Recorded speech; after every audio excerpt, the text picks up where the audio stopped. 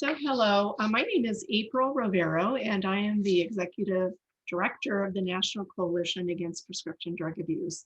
I want to welcome you to our educational interview series. We have a new interviewee today, who is Lisa Levy.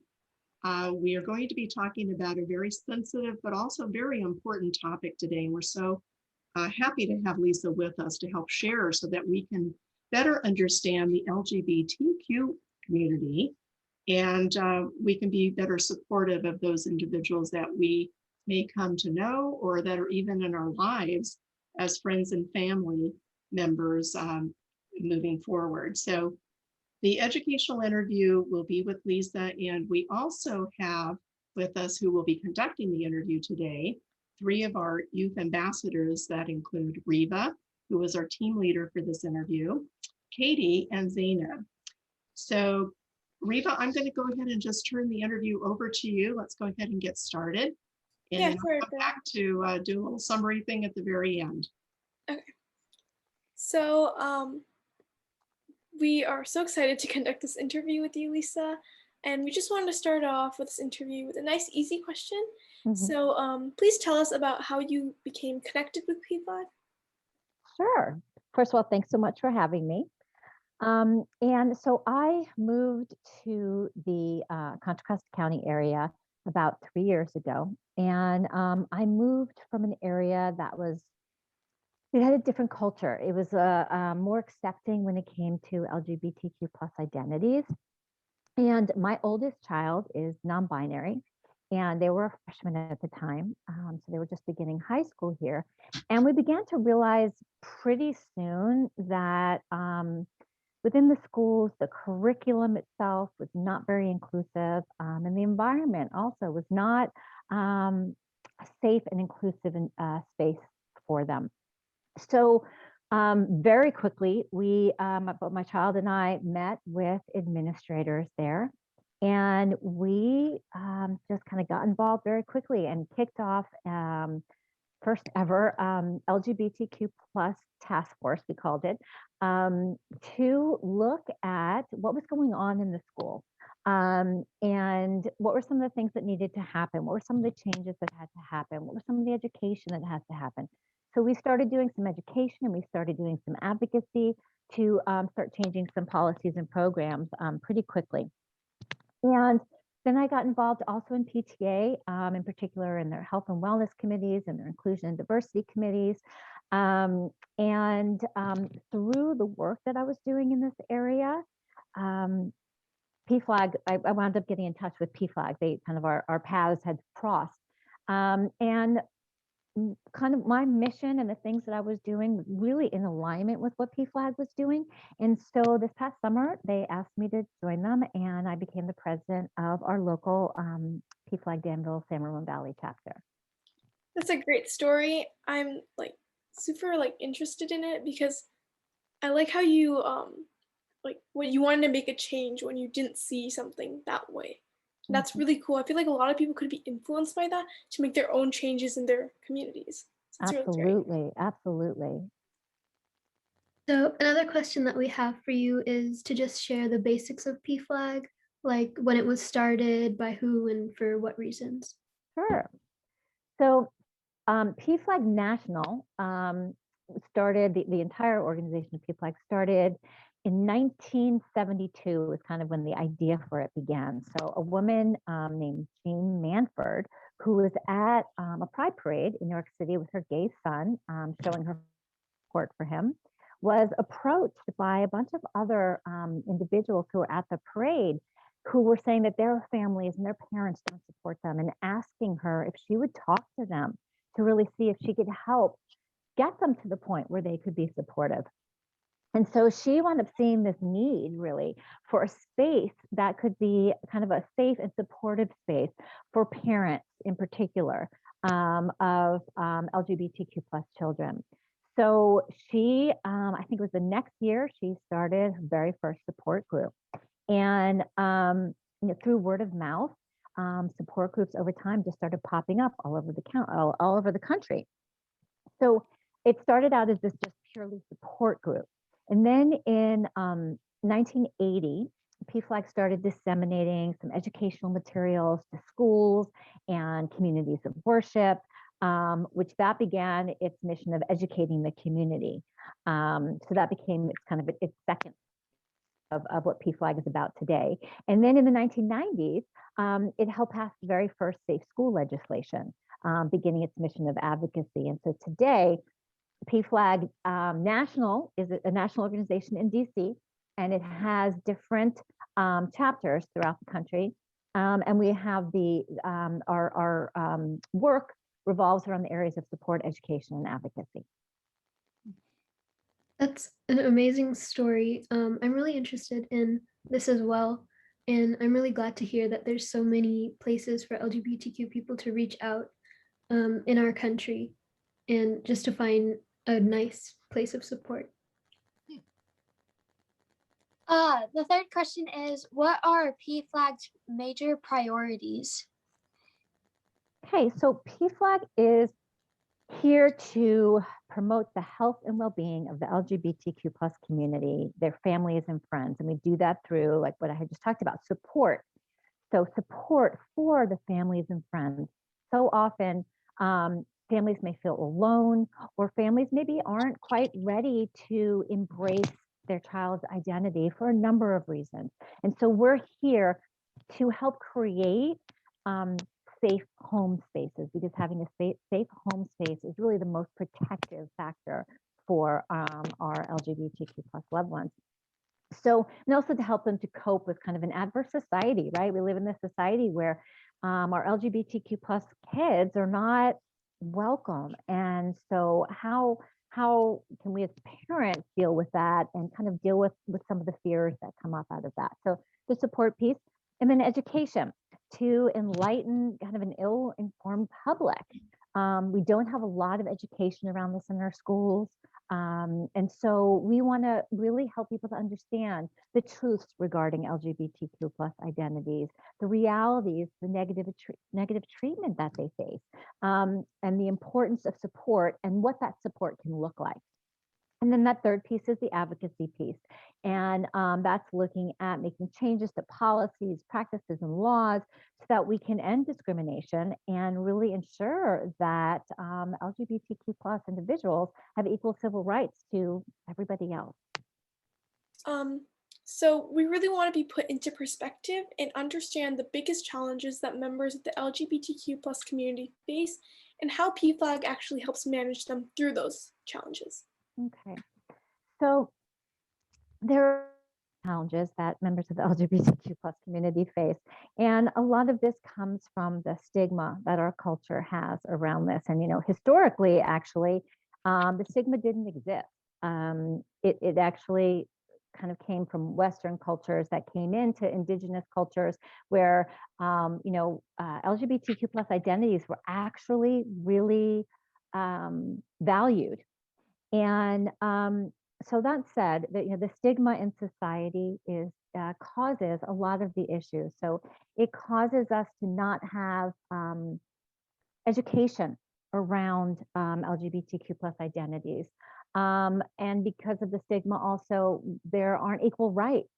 These people don't have equal rights. As we see more and more, we've been seeing a lot of attacks on erasing the rights of transgender individuals. Additionally, these children grow up in a world where they don't get to see themselves reflected in their education. They don't learn about their identities in their education, their health curriculum. They don't learn about their identities, so they don't grow up to realize that they're normal and they're natural. They don't grow up learning the language around their identities. To be able to understand, they may understand something different, but they don't have language to explain who they are. And until we have the language to explain who we are, we really can't understand ourselves and understand that we're actually normal and okay. So the lack of education is and seeing themselves in education, the lack of seeing role models for themselves. Even, teachers, it's very difficult for them to be out. And so you can't have role models who are teachers. We don't see role models in our media. we tend to see the people in media, that the LGBTQ plus individuals in media are really stereotyped kind of caricatures, as opposed to real live individuals who can be heroes and successful and are normal, everyday human beings who just happen to have LGBTQ plus identity. So all of those things create a space where when you feel that the world is against you all the time, when you are hyper vigilant all the time, you're kind of in fight or flight every day because you know also that you're more at risk for violence. When you don't learn about yourself, when you don't learn how to have safe relationships because you haven't even learned about your relationship types, all of those things lend themselves to a lot of mental health issues. So the LGBTQ plus community are higher risk for depression, anxiety, self-harm, being victims of abuse, being of violence. The percentage of homeless youth that are LGBTQ really outshadows the homeless youth who are from the heterosexual and cisgender community. And so because of all of this, there's also way higher instances of attempted suicide. So what do? So PFLAG comes in, and the very first thing that we do is try to help create a safe home environment. So that's through our support groups and working with their parents and their families to get them through their journey to be able to understand their children, accept their children, value their children, and know how to create that safe home. We also go and work within within schools and within houses of worship to help educate and spread that knowledge and awareness so that we can create more safe foundational spaces for individuals. We talk to people about how to better be allies. How can they be allies for the LGBTQ plus community? And so the way that we do that is first we explain to people that you have underlying biases and assumptions. Everybody does, and that's normal and natural, and we do that because it helps us make sense of the world around us.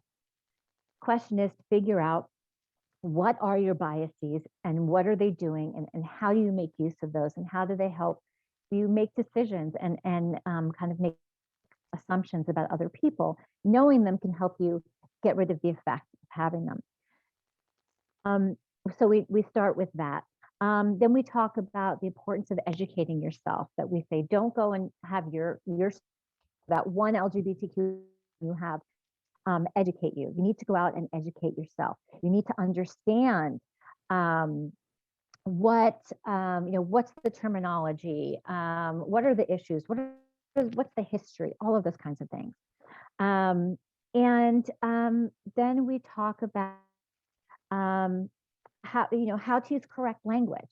So what is the terminology? How do we don't say things like genders? We say things like transgender individuals. So we make sure that you're using the words in ways that are not hurtful. We talk about inclusive language and why that is so important. That if we say to people, boys and girls, or ladies and gentlemen, right there, a non-binary individual feels not seen, not welcome, excluded, not group. Whereas if we say, welcome everybody, welcome esteemed guests, hello, that includes everybody. And so we're trying to educate people on how to use it to create a more inclusive space. By making a welcome seen, then those people can actually engage in what's going on. So that's another that we try to talk to people about. We also try to educate people on the importance of pronouns. So there was a study that was done by this organization called GLSEN, G-L-S-E-N. And GLSEN did a study. Let me first step back for a second. So for transgender individuals, they have their rate of attempted suicide is 9 times that of the general population. That's huge. They did a study that found out that for those individuals whose pronouns were respected by all or most people in their lives, that risk factor decreased by 50%. That's huge. So again, trying to get that education out about what kind of language you're using to create more safe and inclusive spaces for people, which then normalizes all of these conversations, normalizes this language, normalizes the concept that everybody's heterosexual, not everybody's gender. Just to clarify, cisgender means that you are identify as a gender that you were told you were, which is purely based on your external characteristics. So that's what cisgender individuals. So all of these types of changes can slowly begin to change our culture, slowly change that stigma that we talk about, and thereby, diminishing a lot of that psychological trauma experienced by the LGBTQ plus youth who, instead of feeling unsafe, unseen, unwelcome, will start to feel like they are part of our community. The last thing about kind of an ally is really about being a person who teaching people how to stand up when they hear homophobic and transphobic slurs. Talking to people like you all about how you can advocate for change in policy and practices, within your schools or within your local government, and the state and national government. And then by supporting organizations like GLSEN and Gender Spectrum and the Trevor Project and PFLAG, who are all out in this kind of work to support LGBTQ plus.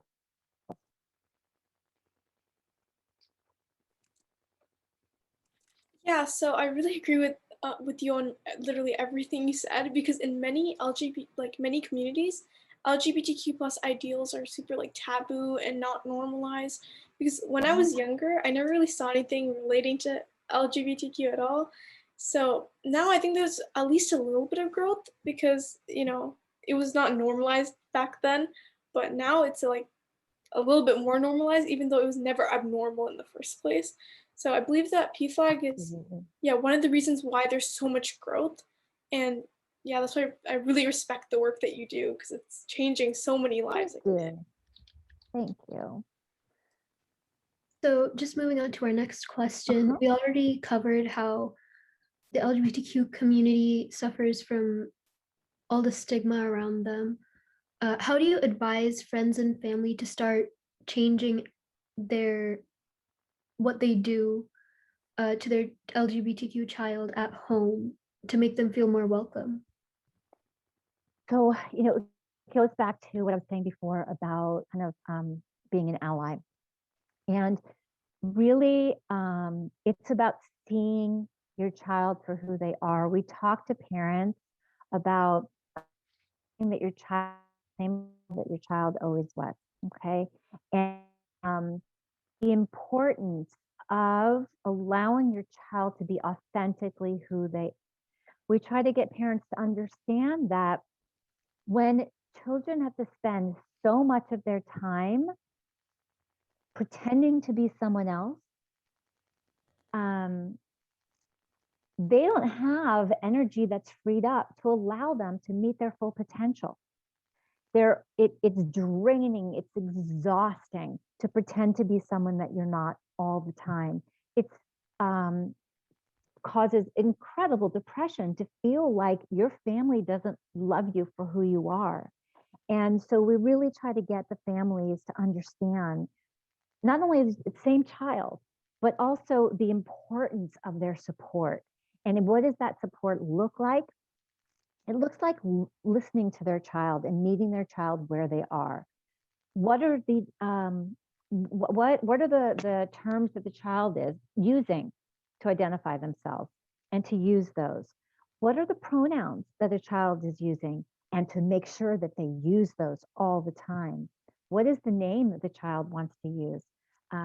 Because that's critical. Using what we call dead names, which is a name that the child used before they came out as a trans individual, that doesn't no longer reflects who they are as a person.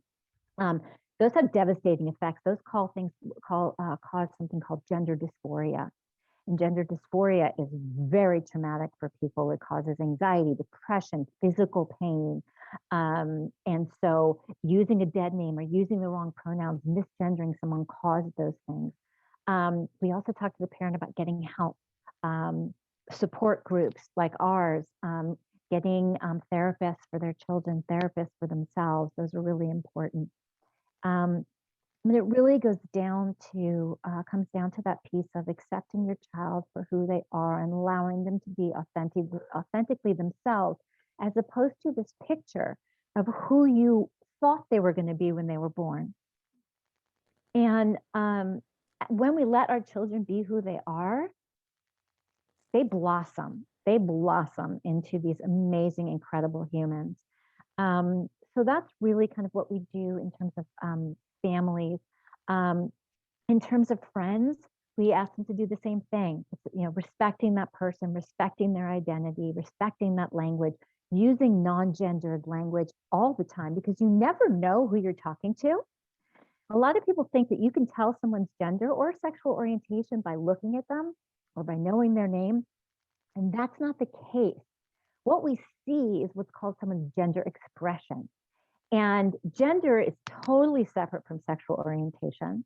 One has nothing to do with the other, first of all. Second of all, sometimes the way people present is not necessarily how they feel about themselves for a number of reasons.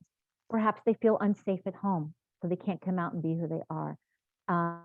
They fear for their safety at school if they come out and start expressing themselves, cutting their hair, changing their clothes, wearing makeup, all those things. That they feel that people are going to be violent towards them because of that, or lack of money, right? They may not do it because of that. So we can never assume that their gender expression matches their identity. So we always want to use non-gendered language. And so we talk to people about that.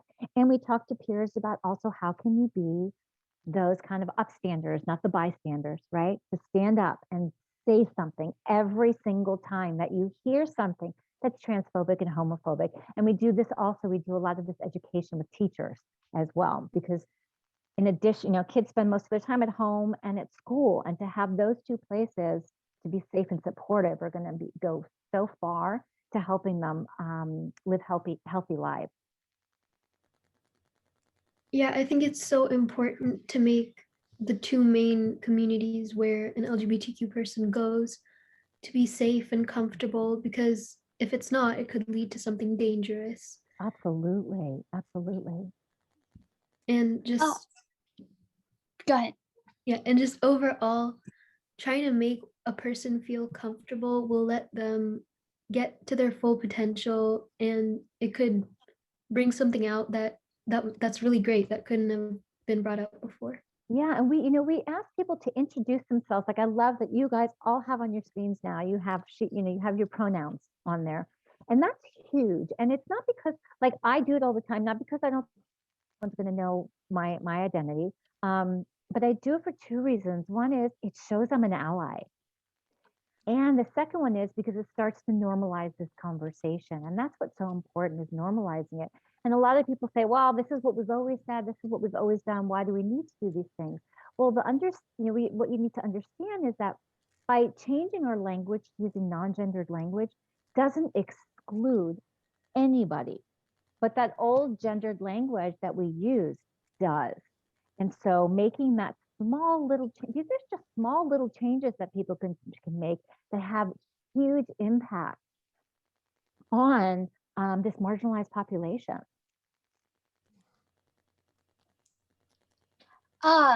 So going off of being an ally, what resources are there for those who want to better understand the LGBTQ plus community, and how can they be supported? Great. I mean, there's stuff out there, really, you can just like Google it in, literally, like, how can I be an ally? But some of the best sites that I think, and organizations that have been doing this and are really well grounded in this stuff, places like Listen, GLSEM, which does great work on helping to ensure that every K through 12 student has a safe, supportive, and LGBTQ plus inclusive education. For teachers, it's got some awesome resources. And they do some research as well to help really understand what's going on. The Trevor Project is an organization that really, their focus is really on mental health. They have a suicide prevention hotline, but they also do a lot of research to help people to really understand the issues. And Gender Spectrum. Gender Spectrum is a great resource for understanding gender in particular. PFLAG National has some great reading lists as well, with books, as well as some articles that are really helpful. You know, one of the other things that I did when my child first came out to me as non-binary, because that was new to me, I didn't understand that at first, was I actually started reading some young adult books that had LGBTQ plus characters, in particular non-binary and trans identities. And that was really helpful for me to start to understand what these identities meant. So that was something. And also, I would really encourage people, because the terminology is always changing. You can look up, name the terminology, and they're constantly adding terminology, and you can just also Google that in. But it's really important to stay up to date on what the terminology is and what people, because over time, for example, queer, which used to be a derogatory term, has now been reclaimed by the community. Doesn't mean that we use it, not part of the community, unless someone tells you that's how they identify, but it just shows you kind of how these words have changed. Words like hermaphrodite used to be a term that was used population, but now the intersex population is saying, we don't like that terminology. We think that it is derogatory. We also think it's kind of misleading. So just keeping up to date on what that terminology is.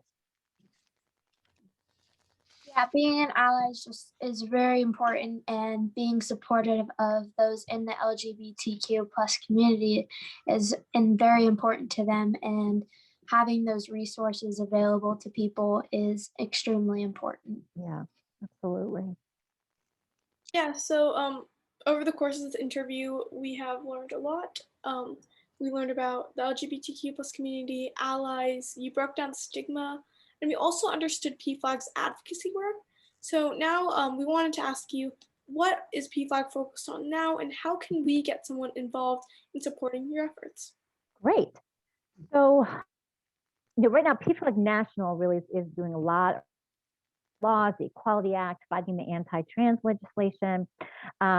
We do, in non-COVID times, Sacramento to do some lobbying work, but locally, what we're doing is for the past this past school year, we've been having a big push into our schools. So we are doing a ton of work with educating our school district, working with the district, working with teachers. We've been doing kind of these education webinars to help people understand terminology, understand sexual orientation, understand the realities of the LGBT plus identities, and why having safe and supportive spaces in school is important, and what does that look like. We've also been advocating changes in policies and practices throughout the district. And next, what we're going to be doing is we've been working on our strategic plan for the next 3 years. And we, as part of that, we're really reaching out to anyone who works with our kids. So pediatricians, youth work, people who do kind of youth workers within houses of worship, coaches, police force, anyone who gets it, kind of get in our children's lives. And we want to do the same kind of education for them.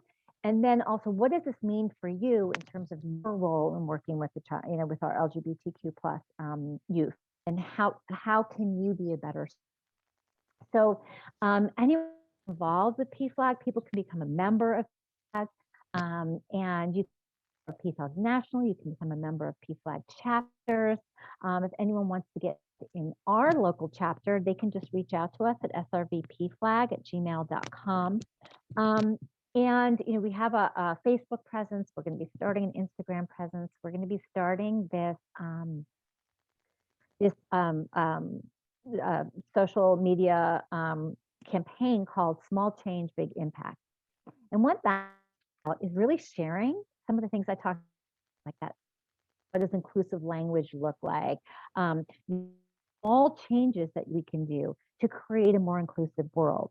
And so people can actually start posting things like that with this hashtag change big impact. And for you to do that, when you realize, when you come up with an idea, and this is more than just LGBTQ, we want to do this for all marginalized populations, because we believe that until everybody is fairly and equally and not othered, then we really don't all, we're not all equal. So we need to all be able to stand together. So, from a student perspective, it's really about being an ally for your LGBTQ plus friends, joining the GSAs as an ally. All campuses have, the middle schools and high schools have GSAs. And so you can join those and as an ally, just to be there to be supportive and let them know that, hey, we've got your back. So those are some of the things that people can do to get involved. We also, just to let you know, we recently, just this year, we have 2 student board positions now. And so that's how we started to get some students involved, to hear student voice. And those positions will probably start evolving in ways that will be reaching out to youth at campuses to kind of help getting involved more in the work. Yeah, I totally agree. I think that the youth, it's such like an open environment for them to do some work and, help with the community as well. So yeah. Thank you so much for sharing that. Sure. So as mentioned before, there are some dangerous things that LGBTQ plus youth turn to when there's just too much going on for them. Why do you think that might be? So, when you don't learn that your development is normal, you don't learn that your identity is normal or okay, when you don't feel seen or accepted by society, or seen within your education, when you don't see yourself reflected in the world around you, when you know that people hate you just because of your gender identity or your sexual orientation, you're more at risk for mental health disorders, right? And you're more at risk for homelessness, because when your family doesn't accept you, there are children who are kicked out of their homes because their families cannot accept them for who they are.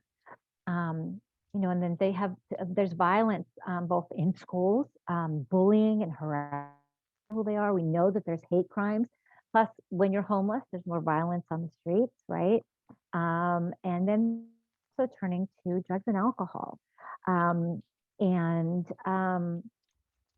addition, they don't have the same access to healthcare. There are biases within there are, pediatricians are not necessarily trained on how to deal with LGBTQ plus individuals and identities in a way that's healthy. Same thing with counselors. They have to actually do extra training around this. So when you're not even getting the healthcare or the mental health care that you need, then they're going to turn to some unsafe behaviors, including drugs and alcohol abuse, unfortunately. So just like you said, dealing with substance use due to certain circumstances is very hard to go through. Do you have any messages for anyone who's watching that might be dealing with this kind of issue? The message is, that I would put out there is, you are okay with who you are, and being your authentic self is every human being that is born should have the privilege of being authentic self. And there are adults out there, and there are people out there who are there for you, who love you, and who will be there for you.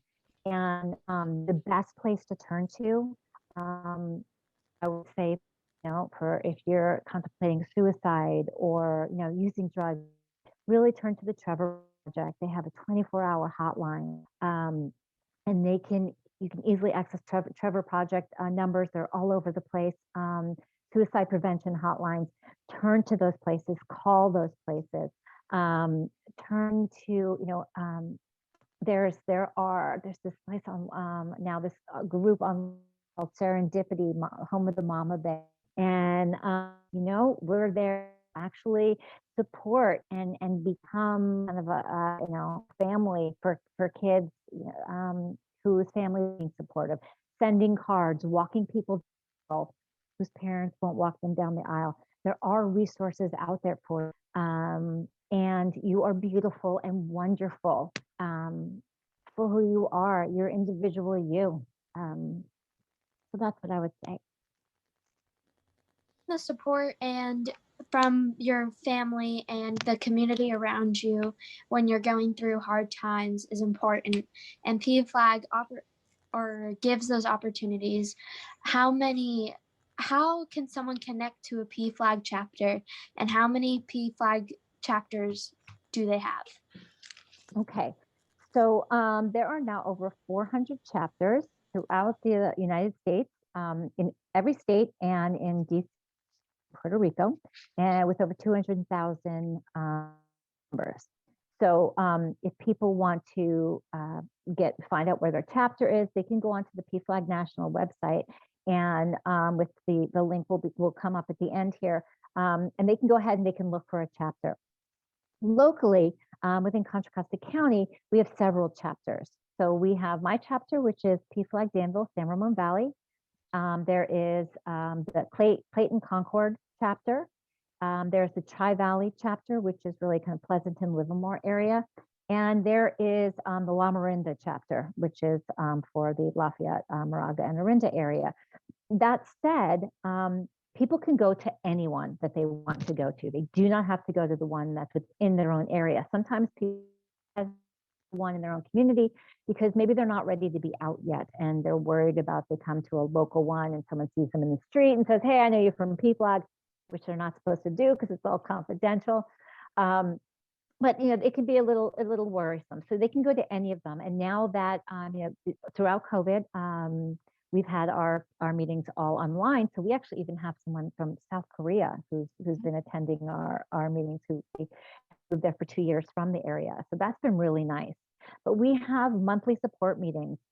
They're every single month, and each chapter has them on a different night, also to make it, you know, easy for people to find one that will work for them.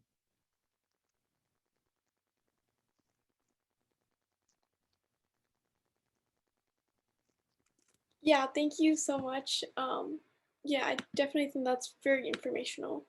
And we just wanted to say that we collectively learned so much from you about PFLAG and the LGBTQ plus community. And after this interview, I think I can happily say that I have become a better ally. And I'm definitely going to see what work I can do with PFLAG to just be a better person in general. And we just wanted to ask you if there's anything else you would like to share. I would just want to tell people to educate themselves and just to learn and be open to learning about differences of all kinds, and not be so afraid of them. And to, you know, for us to change the culture that we live in, it's going to take all of us to really push that forward. So doing those small things, thinking about the language that we're using, thinking about the assumptions that we're making, you know, doing that, all of that kind of, you know, the anti-bias work is so important. So we can understand what our assumptions about people are and what our biases about people, all sorts of people are. That can help us move ourselves forward. And to, you know, if you see something that's going on, like we talked about in the beginning, you know, how when I first moved here, you know, my child and I saw something and we just went and we were like, we got to do something about this. This isn't right. That whenever you see stuff like that isn't right, you have a voice, and use that voice. You all are using your voice by being part of this amazing organization. So continuing to use your voice, and in all those places where you see that, you know, those around us are in need of help because they're suffering. And thank you so much for having me with you guys today. So I really have appreciated talking with you. Thank you so much. We would say the same about you. Yeah, Lisa, I'm going to hop back in here at the very end. As Reva said, we just so appreciate the time you've spent with us today. I really love our educational series of interviews because it gives us an opportunity to learn more about those we share the world with. And through education, be able then to be as supportive as possible as we can be with those people around us, no matter what their lives are and what they're about. So thank you so much. I want to thank our youth ambassadors. A lot of work goes into putting these interviews together, even beyond this interview itself, as you know. And so thank you, Reva and Zainab, and also Katie. I want to share before we sign off here, the resources that we can have folks go on to that will be really helpful, I believe. So this is going to be, let's get over here, share my screen, here we go. So these are the resource the contact information, et cetera, for NCAPDA. And so you can connect with any of us through these methods. We are up on all forms of social media, including TikTok now, because we most recently learned that there's some fairly negative things being said about drug abuse and even drug connections through TikTok and some other platforms that are disturbing. So we're going to work to counterbalance that. And then I also want to share with you the next screen, which is the PFLAG website that you mentioned, Lisa, where anyone watching the video can go onto this website and find a local chapter or a chapter, as you mentioned. I thought that was really interesting that folks may feel more comfortable actually going to a different chapter than their own local one. And if anyone wants to come to our chapter, ours is just SRVP flag. So that, .org. So that's where our local chapter, and we can also always hook you up with another chapter.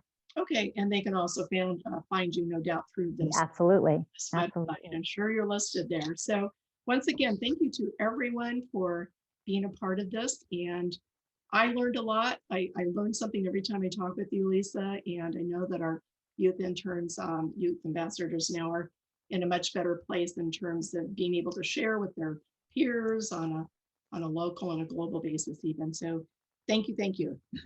Thank you. And thank you for all the work that all of you all are doing. You're welcome. Thank you.